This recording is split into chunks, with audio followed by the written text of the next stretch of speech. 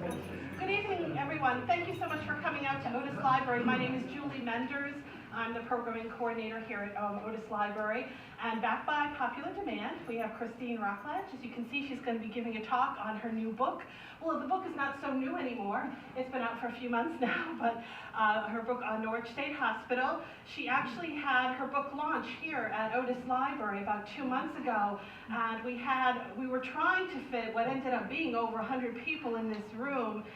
Then it became like a fire code violation. So we had people out in the hallway, and it really became difficult. So we decided to bring her back, and I'm so glad that we did, because this gave all of you a chance to see her here at Otis Library again. She does have copies of her book here with her that will be available for sale and signing following the program. So make sure you stick around for that. They're $26 cash or check. So this is the place to get them. And I don't know if they're on sale anyplace else right now, or if they are available online. Oh, okay, excellent. They're also available online. They're also available at the bookstore in Mystic.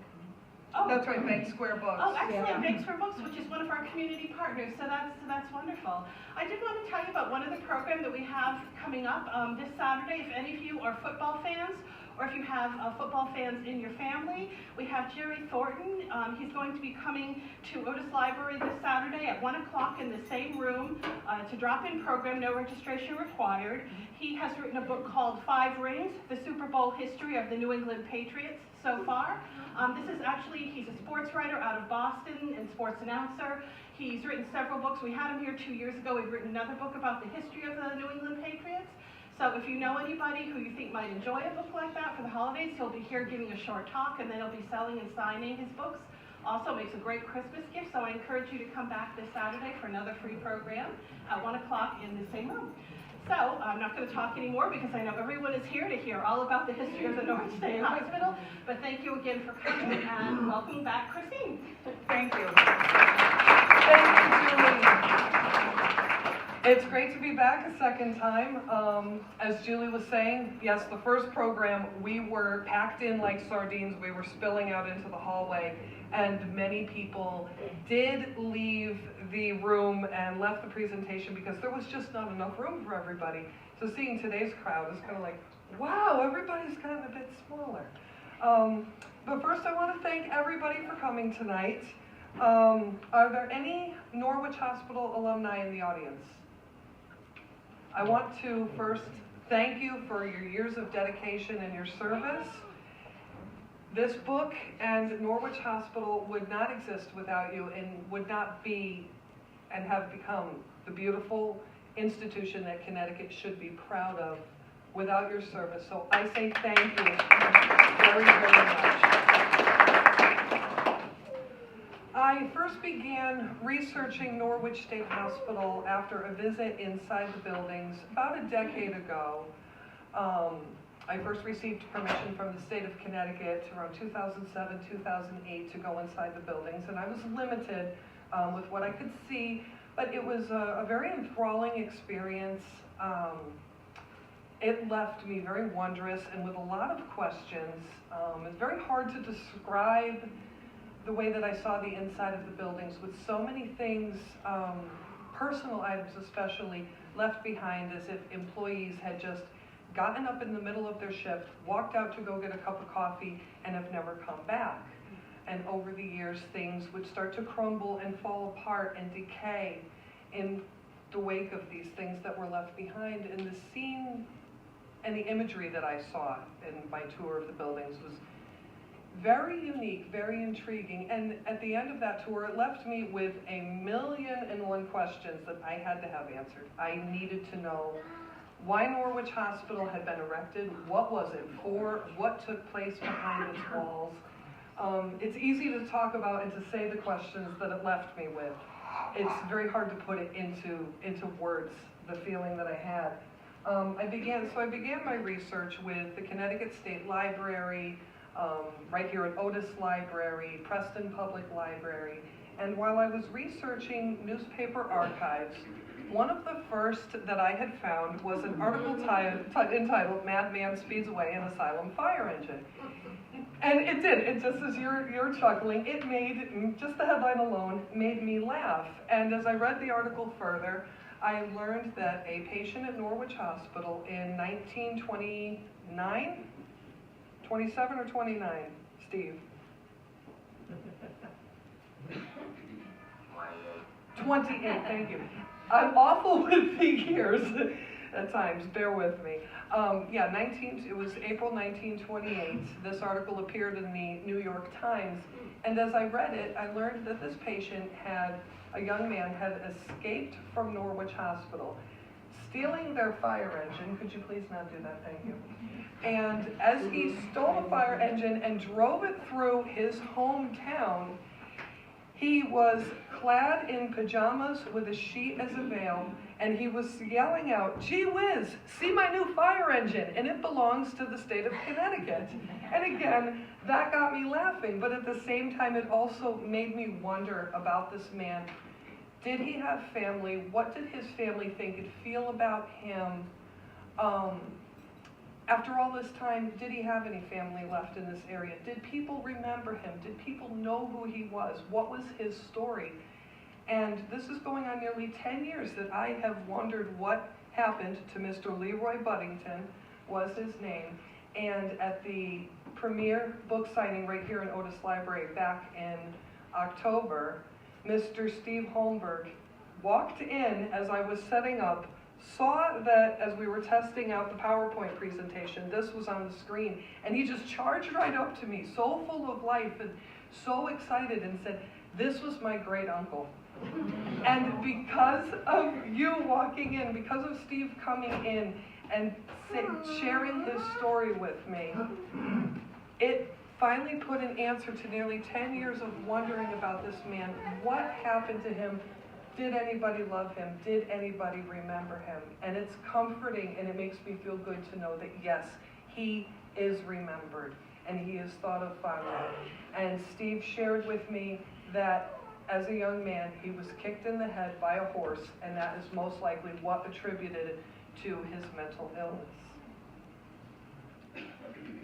Also, in my years of documenting Norwich State Hospital, as I would tour the buildings on my own, and I'm not going to say how I got in there, it's already kind of evident how I already got inside. As I would go through the buildings and look at things that people had left behind, and remnants of life, and remnants of hospital life, and staff life, and patient life, I found this. No, please go over there right now, or stay down there. I found this piece of paper that was written on by former patient Peter Mayock. And this is something that just sat in my collection for quite a long period of time, and it was another person I wondered about. Who was Mayock? I did not know his first name at the time. And I just wondered, why would he write, "God never ends, music never ends, God never ends"? I found several slips of paper with these things written repeatedly over and over again. This was written on the back of a slip from Otis Library right here. And as I was going through my research, I found out that this belonged indeed to Peter Mayock, who was the inspiration for Wally Lamb's fictional novel, I Know This Much Is True. I've also recently learned, and I'm sure many of you in the audience know, that HBO will be turning this book, which is based, it's a fictional book, but based on Peter Mayock and events that took place at Norwich Hospital and the campus of Norwich Hospital itself. HBO will be turning this into a 6-episode production, and HBO's production team is using Images of America, Norwich State Hospital as a basis for set design for the HBO special. It's been said a lot throughout the community, and still is said a lot throughout the community, that Norwich State Hospital was not a positive institution, and that many abuses and terrible things took place for the patients. Please stop right now. In the 1930s, Norwich State Hospital faced its darkest times, spanning into the 1940s, not just with treatments such as metrazole and insulin shock and lobotomy, etc. State hospitals at that time period were grossly underfunded. Norwich State Hospital was one included.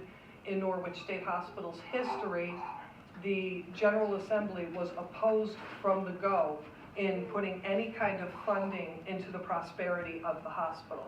So seeing overcrowded wards such as this, with the beds jammed in so tightly together that there's no room to move in between them at all, and this was patients' daily life, nightly sleeping quarters, this was not so much as gross neglect on the part of the staff. It was due to underfunding that General Assemblies, not just at Norwich, but in every state throughout the country, did not want to put the money into the hospitals to provide the type of care that the patients needed. This is another photograph from the 1950s showing the gross overcrowding inside one of the dormitories at Norwich State Hospital. In the 1930s and 40s, many doctors tried therapies such as metrazole and insulin coma therapy and the very famed lobotomy that everybody knows about, not as a barbaric means of abusing or hurting patients, but as the only method that they could think of at that time to try to get people fast quick and stop the overcrowding in the hospitals and to get people better and out and functioning in society, if not at 100%, at least making it halfway there so they would not have to spend their lives in state institutions. At the beginning of my research, as I was learning about the actualities of lobotomy versus Norwich State Hospital and other such treatments like this that do contribute to its darker times, I had to separate a lot of the lore and the falseness that was going around the community and has been going around the internet. And if you read on the internet about Norwich State Hospital, the majority of what you're reading is false information. It's all based on rumor. And as I began my research and fell in love with Norwich State Hospital and its history, I became determined to dispel the rumors, to dispel the lies, and to honor this hospital for everything that it has given to the community. In 1921, Mr. Harry Cromer, seen here on the left, established the occupational therapy unit at Norwich State Hospital. Occupational therapy from 1921 up until 1957 was not situated in one location on the campus. It was spread about in makeshift rooms in the tunnels and on the wards, and basically kind of cramming in patients to get them to do stuff and to work on things and to keep idle hands busy wherever they could find. Excuse me. Under Dr. Guthrie's administration in the 1950s, he had the idea of centralizing all occupational therapy activities, under one roof, to centralize them and to organize them and to make it more beneficial to the patients and easier for the staff to conduct. This idea did not actually come to fruition until the late 1950s, after Dr. Guthrie resigned due to ill health and Assistant Superintendent Dr. Kettle became Superintendent Dr. Kettle and put this brilliant idea into motion, and Norwich State Hospital's occupational therapy building was opened in 1957 with all OT activities housed under one roof, activities such as bowling, shoe repair, mattress making and repair, clothing making and repair, all this to benefit the patients so they would not be sitting around or doing the Thorazine shuffle or letting idle hands and idle minds just go to waste. They would be, if somebody worked in carpentry before they became mentally ill and needed to go to the hospital, they could again take up that interest or still kind of pursue that career in a bit of a sense inside the hospital to boost their morale and to aid them in recovery and so they could continue to pursue that occupation once released from the hospital. Occupational therapy also saw activities such as volleyball, baseball, and basketball for the patients, and patients made up teams of each other and played each other. Staff also had their own teams, and they would play staff versus staff, patients versus patients. Norwich State Hospital in the 1940s had a newsletter called, the monthly newsletter called The Stylus, and game coverage was a large running feature in the Stylus. Since we're approaching Christmas time, I changed the PowerPoint presentation to reflect a little bit more on Christmas activities at Norwich State Hospital. This photograph of two nurses on a ward in the Lodge building, which is beautifully decorated for the Christmas season, was taken in 1981. All throughout Norwich Hospital's histories, wards always had ward decorating parties where the staff and the patients would work together to beautify their wards, and they would hold little contests to see who had the most beautiful ward.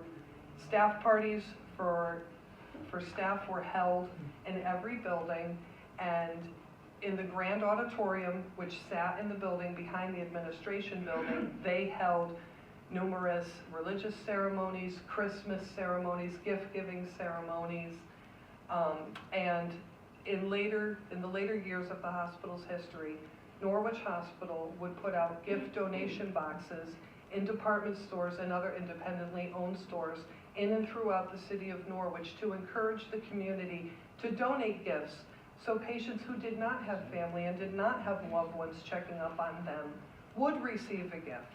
Norwich Hospital's policy at Christmas time was that no patient was to be forgotten or left behind. In the late 1950s, Norwich Hospital took part in something called Operation Friendship. Vivian Vance is seen here sitting with Assistant Superintendent Warren Burns, late 1950s. She was one of the chair people for Operation Friendship.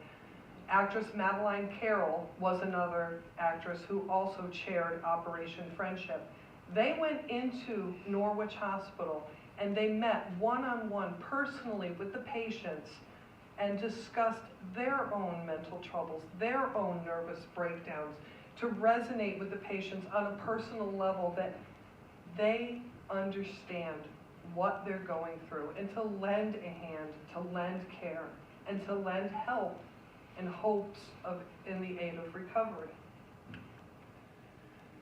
Norwich State Hospital staff also put on a lot of theatrical productions, such as the Norwich State Hospital Freudian Follies, which is pictured here in 1961.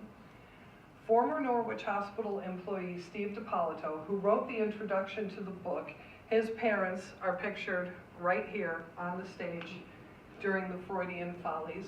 This was another presentation that took place on the stage of the Grand Auditorium behind the administration building at Norwich Hospital. This is a photograph of that Grand Auditorium where so many movies were shown, plays were conducted, concerts were held, religious services were held, and meetings were held. It is a shame that this building was left to rot and was never seen by the state of Connecticut, and now this building no longer exists. In my research, I was reading many things written by the hospital's first superintendent, Dr. Pollack, who advocated time and again for a proper amusement hall to be erected for the benefit of patients at the state hospital. He called for modest structures. When I walked in here for the first time and I stood right at the base of the stage and I looked around and all I could think of was, this is modest? No. Excuse me, it was quite grand compared to what I was picturing in reading those reports. And again, I just think it's a terrible shame that this building was never saved, never maintained, and now only exists in photographs and in memories. As I mentioned before, Steve DiPolito, he was a former Norwich Hospital employee. His father and his biological mother and his stepmother all worked at Norwich Hospital. Steve met his wife at Norwich Hospital and they were married about a year or so after they met. Steve, forgive me if I have that time length wrong. After the hospital closed in 1996, he put together this video documentary entitled Brewster's Neck, Memories of Norwich State Hospital, to coincide with the 10th anniversary of the closing of the hospital. He became during his time at Norwich State Hospital, he became very interested in the hospital's history and started doing a lot of the digging that I did, but he became quickly frustrated with it because he was just too close to the topic to really portray it accurately as he had wanted to. Many years, few years after his retirement, when I contacted him about doing the introduction to this book, he was at a point in his life where he had pretty much said, okay, I'm putting Norwich Hospital behind me. I'm retired now from the state of Connecticut. I'm going to move on and do things, and all I can say is, Steve, thank you very much for coming back to Norwich Hospital one more time to finally put this production together and to tell the true and accurate story of Norwich Hospital. If you would like to see this video documentary, Steve does have it online on his YouTube page. It may be an abbreviated version of the documentary, but you can obtain copies of it right here at Otis Library. The date of this photograph is unknown, but this was the Board of Trustees room inside the administration building at Norwich Hospital. The beautiful, handcrafted, detailed, tiled fireplace was removed after the hospital had closed because vandals had set fire in the buildings and they wanted to preserve the tiles. To date, the tiles are inside the building, and I have heard that people are going inside the building and stealing the tiles. Whether or not Mohegan Sun or the Mohegans, when they take official control of the land and decide to reuse the administration building, what will become of the fireplace, and if they can recover the tiles, I don't know, but they are hoping that they can, and to restore this building and this room to its original beauty and glory that was seen here. This is the way that I always remember Norwich Hospital, as not being an eyesore, as officials of the town of Preston have been quoted saying in the newspapers. Driving down Route 12 year after year in every season, the hospital always looked beautiful to me, whether it was at sunrise or sunset. I never saw foreboding buildings. I never saw anything looking like a place of punishment. My questions had been answered through my research, and I, time and again, would see thought, beauty, and care that had been put into erecting these buildings for the benefit and the aid of recovery and mental illness. And the beauty that I see in this photograph, just with these three buildings, I'm hoping that people who drive by Norwich Hospital now, after they read the book, will hold that same kind of respect and honor the hospital and understand what its purpose was, how so many people devoted their lives and their careers to aiding people with mental illness, to get them back into society and not have them stuffed away inside these buildings forever or for the entire duration of their lives. I hope that people will drive by now and see that the loss of these buildings is a waste, and that our history should not be swept under the rug, and that Preston and Norwich and Connecticut as a whole should be proud to have had this hospital upon its soil. Thank you, everybody, so much for coming up tonight. Thank you. I have a question. My Go brother ahead. these are great memories, again, of your hospital. He used to thumb from Ashaway, Rhode Island, in his white nurse's uniform to the Norwich State Hospital to work. And that was in the 70s, at some point in the 70s. And he told me that way back when, very wealthy people would go here as a sanatorium type place. And they would come in through the river and come up through the back so nobody would know that they were there because they were rich and famous and didn't want people to know they were there. Have you ever heard that? No, I never did. Yeah, they came up through the river. They had special boats that would bring them up. And I'm not surprised, because that would be a great way to go in without being recognized, yeah. It makes me wonder now who were the famous people that were there. He also brought a patient home one time. I don't know if that was done often. Yes, but it was. He brought a patient home, and I remember her taking a donut out of her pocket in my mom's house, and she just went like this, and it was all crumbled. She just crumbled it, and we had the best laugh, and she had dinner with us, and Yeah, employees often took patients home. I spoke with a former volunteer back in October, and the gist of the story escapes me, but she often took patients home and would make them lunch, or take a group of patients out to the movies, or take them for a soda or ice cream, especially if she saw they were getting very antsy and agitated within the confines of the hospital. And every time that she did this, there was, I wouldn't go so far as to say an improvement in behavior, but like an uptick, an uplift in their spirits and yes, in the behavior upon the wards. And it was great memories. Yeah. I still, like I said, to this day, remember him getting dressed in his uniform, long red hair down to here with the kerchief, because that was the style, but people would pick him up and then drive him all the way to the hospital. And that's one of the biggest things, and I neglected to say that while I was speaking, that is one of the reasons I fell in love with Norwich Hospital, is because it was a personable institution. Yeah. Yes. Thank you. Yes, go ahead. Yeah, Christine, my name is Peter Liger.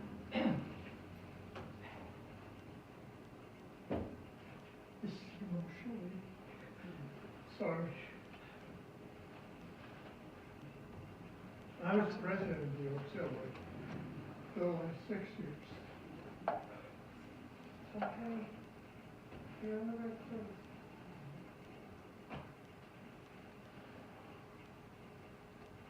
Sorry. That's okay. What a great place. Yes. You're spot on. Thank you. The auxiliary, for those of you who don't know, did everything for the patients at the hospital that the hospital didn't do. We did Valentine's Day. We did all sorts of things at Christmas. One of my favorite things was, I think it was a prime steer up the street. And I think he may have had a relative, a daughter, or a son that was in the hospital. And he always put on a dinner for the patients. We organized bus trips, 2 buses. They came down to the prime steer. Sunshine buses. And they were wonderful. And they got off, and Dick Tarrant, some of you may know Dick, accordion player, and I play button accordion and street music. And anyway, and we played for them, and we had a wonderful time. And they always came up and gave us hugs, and then we had to go in and dance. And Mary Ann, who was my favorite person, because she always used to come running down the wards when we were, my picture's in that book, doing the judging of the things. You know, yeah. Oh my God! I tried. I have to hug you again. This is emotional for me. Oh my God! Yeah. Yeah, no, I used to suck in the college art department to come up and judge with me. And they said, what have you gotten me into, Peter? But they learned. And, you know, the amazing thing was about these dinners is you got to know the patients on a little different level. So when you went on the wards, Mary Ann would come flying down. Mary Ann was in that picture. Yeah, and you know the story of her? No, I know nothing. What I understand from, I can't remember the nurse's name, her parents were killed in a tragic accident when she was 4 or 5, and she went backwards from that point. Oh. And she would fly down the road, wham, into me. And then one other story I've got to tell you. But before I do that, I want to tell you what the auxiliary was about. When I first came there were about 10 or 12 ladies. And one gentleman, Herb Darby, who was a wonderful man. He was the only male amongst these women who came in for basically tea, cookies, and lunch, and did whatever they could. And then I came in and things changed a little bit. And we did everything we could for the patients that was possible for those 6 years before this idiotic state closed this place down. That is a travesty. Yeah, and I was gonna talk about, this one patient. I went in, I was talking to, I can't remember the name of the nurse, but I went into the ward, and I said, Henry, how are you? The room was filled with blue smoke, you know, it was there, because they could smoke at that time. I know, I love seeing all the ashtrays. Yeah, and and I all said, the Henry, pictures. I said, Henry, are you going home for Thanksgiving? Because it was just before Thanksgiving. Oh. I said, oh, is there a problem? No. So Yvonne was the name of the head nurse. So I went and said, Yvonne, I had a nice talk with Henry. No, right. I had a nice talk with Henry. And I said, he said he's not going home. So I said, why should he? Killed his mother. Oh, jeez. His sister, his father. And I thought, okay. But Henry seemed like a really nice guy. And you meet all these people that have problems. And you wonder. I think that's the major thing you think about when you leave there. You wonder. Yes, And it keeps with you all your life. it never leaves So you. when I walked out of it each afternoon, because I was there probably 3 or 4 days a week, I thought, you know, famous, there goes Dr. Fixer. You know, and a lot of people don't understand what went on there. No. And thank you for all coming, because you all do know what we're talking about. There are so many people in need, and they're so neglected still. But this place was on the hill, and guess what? It was a star in the sky for Preston and Norwich, and it's gone. And so Because of many some people. stupid maneuvering by politicians. Thank you. Thank you.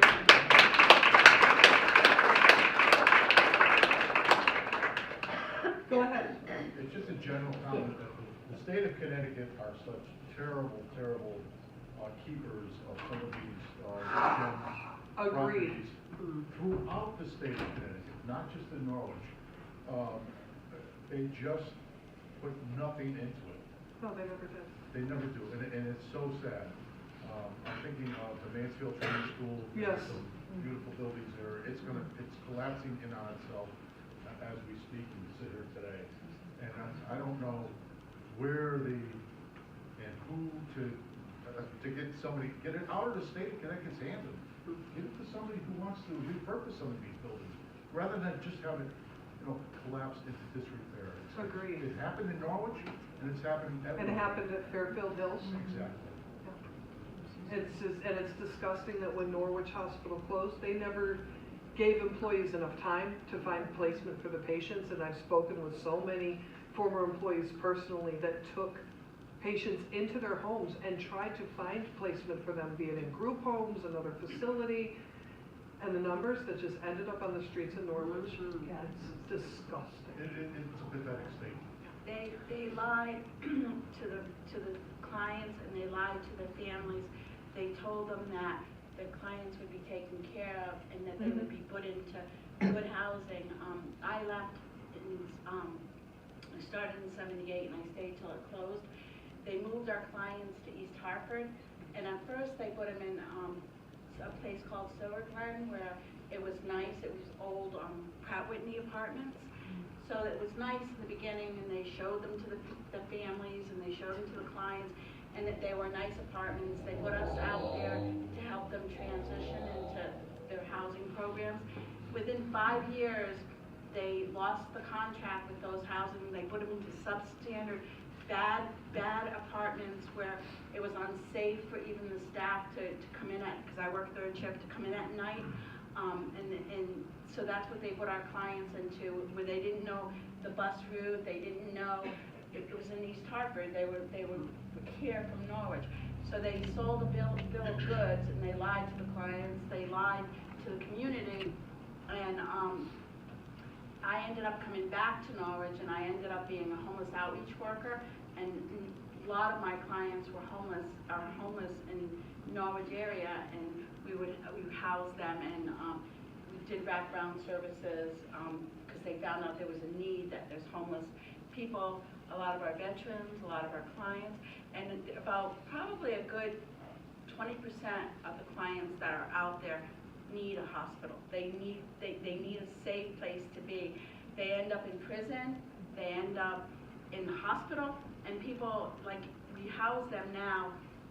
Like I said, I was the homeless outreach team, and we have a housing office at SMA. It's $700 to house somebody for the month, right? Think about how many times somebody goes to the hospital to get warm. That's $13,000 for a night to stay at the hospital. Think the prison system, it's $1,000 a day. So for $700, you can house somebody for a month. Yeah. They just sold our people lives. How do you take a person, though, that has been institutionalized almost all their life, the story of the 4-year-old girl, who, if that happened now, she would have gotten much better treatment, she would not have ended up in an institution. But how do you take somebody like that spent 20, 30 years in an institution and say, well, as long as you're not a danger to yourself or anybody else, you're on your own? That's all they know. A lot of our clients died. I know, A lot that's of all they clients know. Because died. they can't do it. Right. It was You can't put family. them on the street. No, That's you why- can't. You can't. It was taking them away from their family, because believe it or not, the staff and the clients were family. And on holidays, we did take the clients home, we brought food in, it was family. The staff that worked there, the people that I work with, I'm still friends with, we stay connected, it's family, and a lot of my clients are my friends. Yeah. So, And that right there speaks to the Norwich Hospital family, which I talk about a lot in the book, because that's what Norwich Hospital was.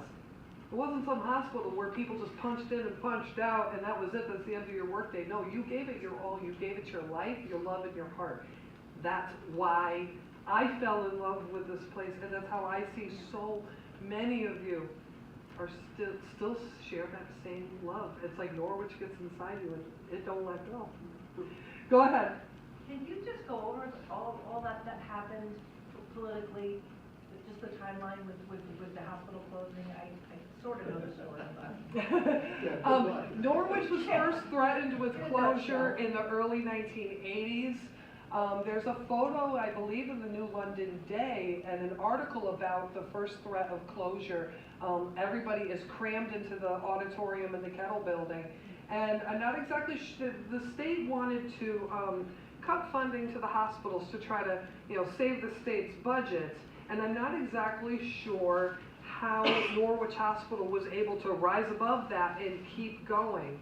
But the next threat of closure, again, was in 1995, and it's kind of murky, very political. And when I interviewed former Superintendent Gerald Mullaney many years ago, when he was the last active superintendent. Superintendent Phillips was brought in basically for the last 6 months just to oversee the closing of the hospital. But former Superintendent Mullaney told me it was like he got sideswiped by a bus from out of nowhere. On the book's Facebook page, Karen Kingsley, she's a former employee, and I'm sure many of you here tonight know her. she's supposed to come tonight, I don't know what happened. Yeah, she told me, hopefully she makes it. I'll go over upcoming signings in a moment. And if I forget, remind me, because I'm a forgetful person. But yeah, Karen found, as she was going through her house and digging up old papers and stuff, she found a letter that was mailed out to all the employees about the closing of Norwich Hospital. And I saw somebody had commented on one of the photographs and said, there's no date on the letter. I haven't had time to go back and look, but from what I remember, no, there was no date. And the letter's just written like kind of seedily about the closing of Norwich Hospital. Nobody was given any time. That's why you saw things left behind, because it was like within 2 weeks. I Yeah, and really then they think had a big 3-day auction Yeah, afterwards. they had some deal or something, like they had to get us out of there, because I was like, all of a sudden, we had to get out. Yeah, we and were that's, moving our that's when, clients when, and- you know, when I first started going through the place, and I saw somebody took a pair of eyeglasses, and the frames alone, you could tell this style was like definitely from the 1990s, maybe even older, and they just put it down on a book, and it stayed there. There was a coffee cup near it, and it's like all the debris and everything, plaster just crumbled down around it, and it just like blanketed it like snow, and I took photos of it, and I'm like, no, nobody else that snuck inside these buildings, I can tell, set this up for a photograph or did anything. This is where it was not a heavily traveled area, and I knew this was the way that it was the day the hospital closed, and I'm like, why would you put your glasses down and just leave like that? Food was left in refrigerators, wrapped up, meals from home, sandwiches on paper plates wrapped in cellophane, still left behind in refrigerators in the powerhouse. And so, you know, that got me wondering, what on earth happened? Any others? Go ahead. So, you said that it closed in '96, I thought it was earlier than that, but, so did, Yep, so October 10th. did they reduce the amount of patients before then, or? A little bit. They started to, but really when it happened, like, it was all of a sudden. It Yeah. was like, we put a lot of them in convalescent homes, Yeah. a lot of them, back to their families. It's not well, It's tragic. And then Basically, that you was a literally tragedy. get the boot out the door, you gotta go. I mean, they were like, you would drag them, the clients out, because they didn't, this was their home. I know. They didn't wanna leave, so. I know, I remember, one former staff member when I was visiting her in New London, and she was pointing out different people on the street that were former patients, and she was really still good friends with one of them. And the poor man was homeless, and he came up and I met him and talked to him, and he had tears in his eyes, and he said, I just wanna go home. And every time I think of him, I get teary-eyed because I know what he feels like. Not to the deepness and the extent that he does, but to see that kind of raw emotion, it hits you hard, and that doesn't leave you.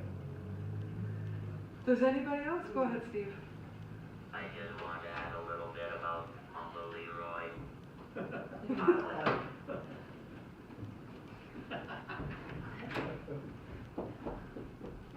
I was a real, when I was a little kid, every once in a while we'd be at a family gathering or a reunion or something, and I would hear somebody say something about Leroy. I had no idea who Leroy was. Got a little bit older, my mother told me about all that she knew, which wasn't very much about Leroy. And every once in a while I'd go up to her and say, you want to tell me that story again about Leroy and his fire truck? Well, didn't hear anything about him for years and years and years. I know where he's buried. Buried down at Star Rail in Groton. His sister, his brother, was my grandfather. And I never looked to see what the date was on the stone, but he passed away in '63. I was 16 years old, and never thought about Uncle Leroy till I walked in here that night and that article was on the screen, and I just feel bad because I would have liked to at least met Uncle Leroy. But I know he knows he's being thought about. And in the right way. Go ahead. Just one other thing. When the hospital closed, the auxiliary, I think we were just told, you're done. And we just walked out. And we, as I recall, felt very upset because we felt we had such a long legacy. Barbara Brown, Ellen Brown, Barbara Brown was the head of the auxiliary years ago, and there are many very important people in town that were head of the auxiliary. And I felt very proud that I ended up being the last one, but what a horrific think. And when we were told it was closed, we just packed up and we left. And we watched the place disintegrate, as you all have that live near Preston or in Preston. I live in Preston. So Disintegrate is the best word to describe I mean, it. it just, each year, it crumbled a little bit more. Then maybe it would be a college campus. Yes. Oh, what a great idea. Yes. And then it crumbled, no, forget it. And then it crumbled more. Now what's there? A huge pile that is probably almost as high as the Empire State Building. Oh my God. I mean, that's symbolic, you know. What a tragedy. Yes. Even the buildings, like, where do you find buildings with a slate like they have? You don't. They don't build them like they used to.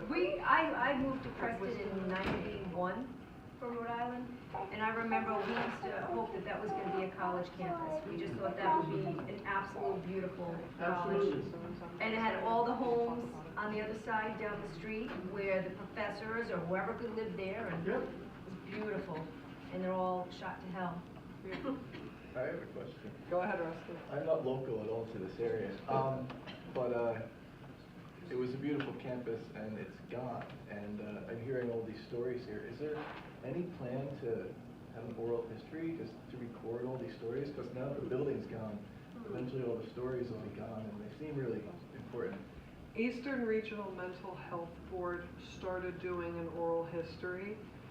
I aided them in obtaining funding for their project to move forward with it. That's good to hear.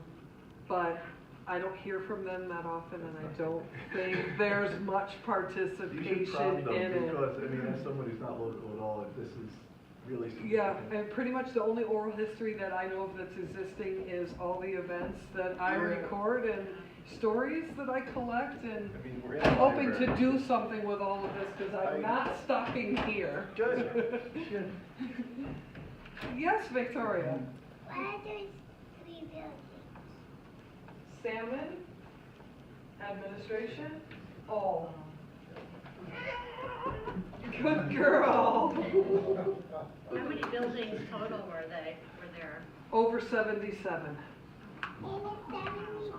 And the majority, it was Preston, correct? But it was Preston, called the the Norwich bulk of State the- Hospital, but it was because- mostly Preston. Preston was originally known as East Norwich. We're going way, When way we back. moved here in Yeah. '91, we had a Norwich It's gonna be done.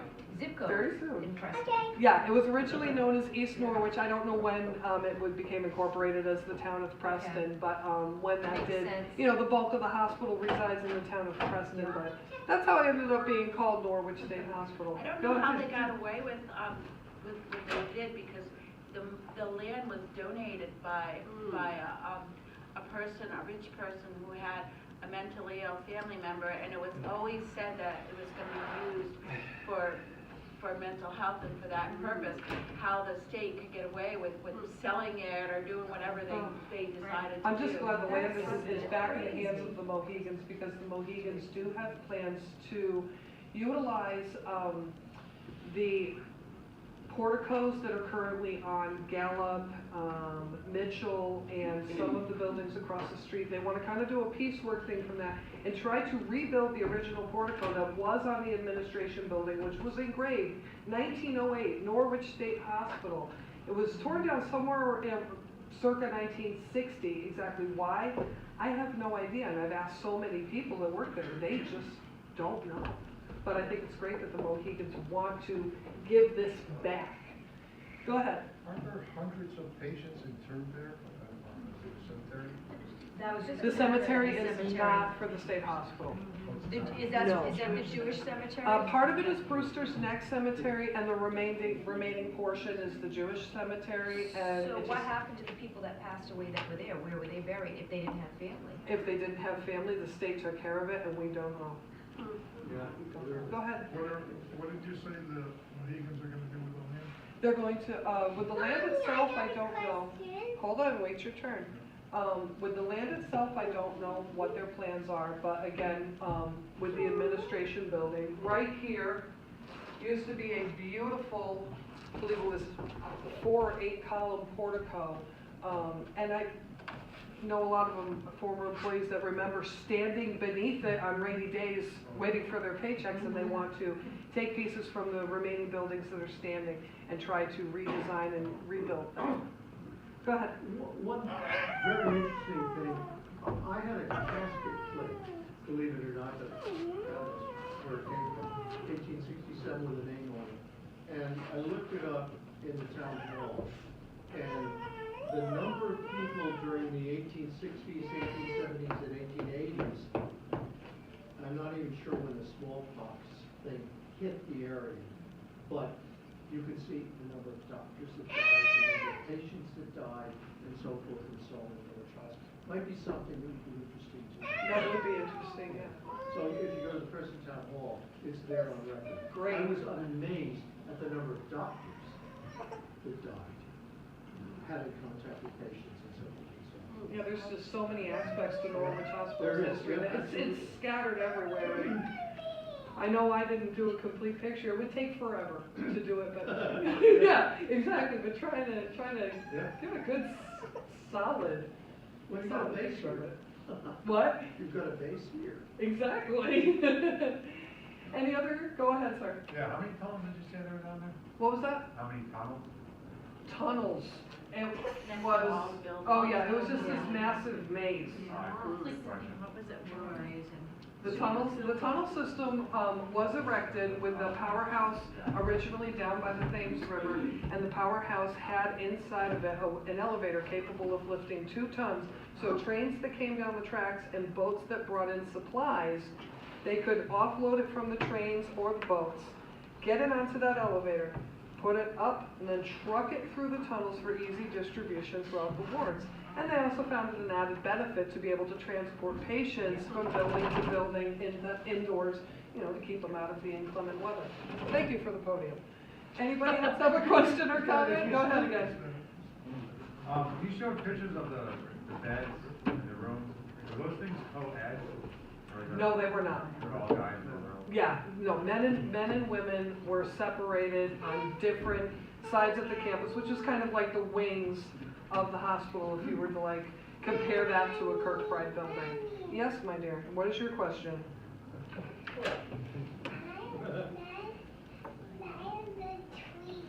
You like the trees, okay. Well, if you go across Maline's Lake, you can still look down. Yes. See that wonderful pier that goes out. Yes. Where ships used to pull into Yeah. to service Norwich Hospital. And that's one of the last really reminders of what Norwich Hospital is about. Because the buildings are all flat. I know, and what buildings are left is just, it's a shell.